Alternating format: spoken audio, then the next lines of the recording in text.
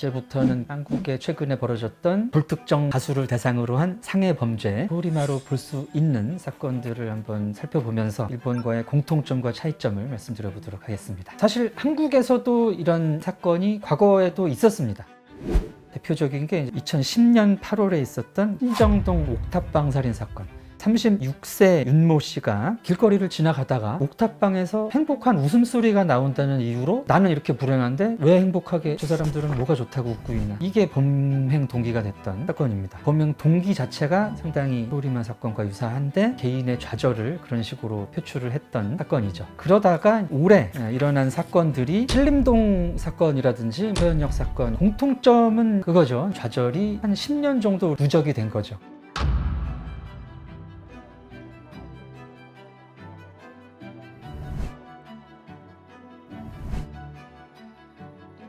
일본처럼 그 이전 시기까지는 우리도 할 수 있다, 노력하면 안 될 게 어딨니, 이런 식의 분위기가 있다가 그게 점점 제한되면서 이제 노력 타령도 나오고 2013, 14년경부터 흑수저, 헬조선 이런 말들이 유행을 하기 시작했는데 분노도 누적이 되는 상황에서 변화는 없고, 그런 상황에서 이제 터져 나오기 시작한 게 아닌가, 이런 관점에서는 그 일본의 2008년경부터 두드러졌던 후리마 사건과 공통점이 있는 거죠. 그러나 이제 이런 부분도 조심할 필요는 있죠. 무조건 다 사회가 그렇게 만들었다라고 보는 것도 우리가 있거든요. 그래서 여러 측면에서 다 봐야 되는 거는 틀림이 없는 것 같습니다.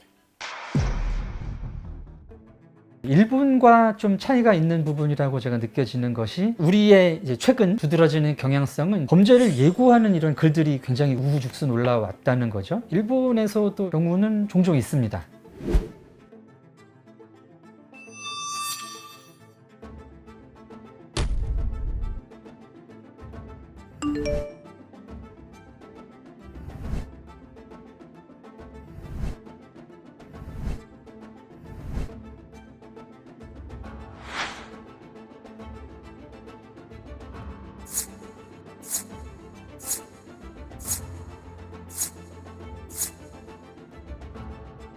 인터넷 커뮤니티를 중심으로 그런 예고글이 많이 올라오고 이런 것들을 놀이처럼 하는데, 제가 이제 문화심리학자로서 보기에는 이게 어느 정도는 좀 자기의 영향력을 과시하고 싶은 비속어로 뻥카였을 가능성이 있다는 것이죠. 실제로 하진 않을 거지만 내가 이 예고글을 올리면은 거기에 막 경찰이 뜬다든지 사람들이 막 걱정을 하고 영향을 받는 게 이 사람들한테는 굉장히 뿌듯할 수 있어요. 그러니까 이제 이 부분이 좀 문화심리학적으로 한국과 일본이 다른 점인데요. 한국인들은 이제 주체성자기라고 하는, 남들에게 좀 영향력을 미치고자 하는 동기가 좀 더 강합니다. 그래서 지금 이제 우리나라도 겪고 있는 경제 침체라든지 경제적인 좌절 같은 것이 일본인들에게는 내가 내 몫을 다하지 못한다는 어떤 민폐의식으로 많이 갔다면, 한국 청년들에게는 이게 이제 굉장히 억울하고 답답한 상황일 수 있다는 거죠. 내가 보란듯이 남부럽지 않게 나도 취업을 해서 돈도 많이 벌고 차키도 흔들고 당당하게 험나게 살고 싶지만 그러지 못하는 게 너무 답답하고, 그러지 못하게 만드는 세상과 이런 거가 너무 화가 난다, 이런 심리 상태일 가능성이 큽니다. 극단적으로 간 사람들은 여자 탓이다 라고 여성 혐오로 가는 거고요. 그런 경우는 20, 30대 남성들의 경우가 많습니다. 사실 구조적인 문제고 사회 변화에 관계된 일입니다. 근데 이제 나도 이런 거를 하면은 사람들한테 어떤 이제 부정적인 영향력이라도 한번 이렇게 세상을 좀 뒤흔들고 싶다, 이런 쪽으로 흘러갔기 때문에 범죄 예고 같은 게 그렇게 많아질 수 있지 않았을까.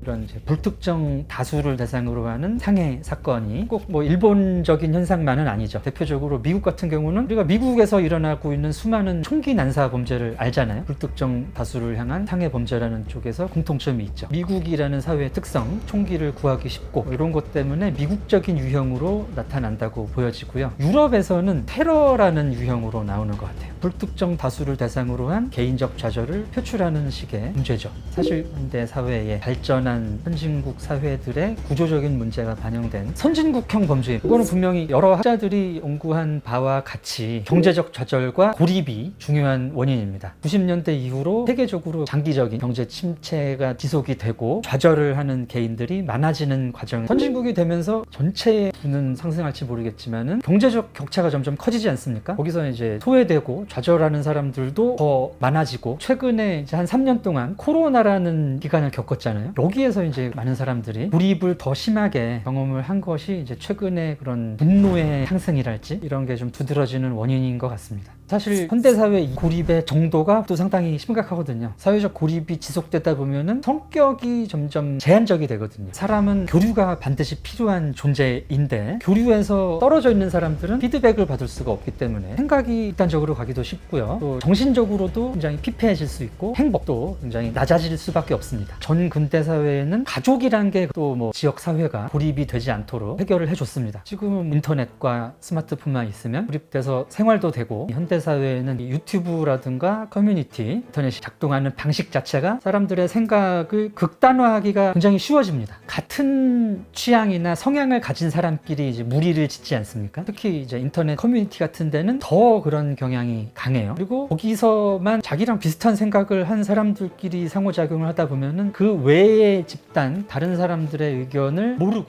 또는 이제 받아들일 마음의 준비라든가 뭐 여유도 없고 그래서 이 극단적이 되는 경향이 있습니다. 현실 감각이 점점 떨어지는 거예요. 최원종 같은 경우도 이 사람의 프사라든가 커뮤니티 활동 내역을 보면은 굉장히 극단적인 생각을 하고 있었다. 전문 용어가 아니지만 혐한 일봉이라고 하죠. 노무현 전 대통령의 사진이 올라와 있고 고졸의 성공 신화를 어쩌고 뭐 이런 식의 설명을 하는데 그건 말이 안 된다는 것을 우리는 알고 있죠. 이것은 이제 특정 좋지 않은 사이트에서 전 대통령을 모욕하기 위한 밈입니다. 그런 용도로 분명히 썼을 거고요. 이 사람도 가끔씩 한번 다른 사람들 얘기를 듣고 내 생각을 얘기를 해봄으로써 피드백을 받고 뭐 이런 게 중요한데 굉장히 이제 그런 부분이 신경을 안 쓰려면 굉장히 안 쓸 수 있게 지금 사회가 가다 보니까 현대 사회에는 범죄가 아니더라도 기타 여러 가지 사회 문제라든지 기본적인 원인이 고립일 수밖에 없을 것 같습니다.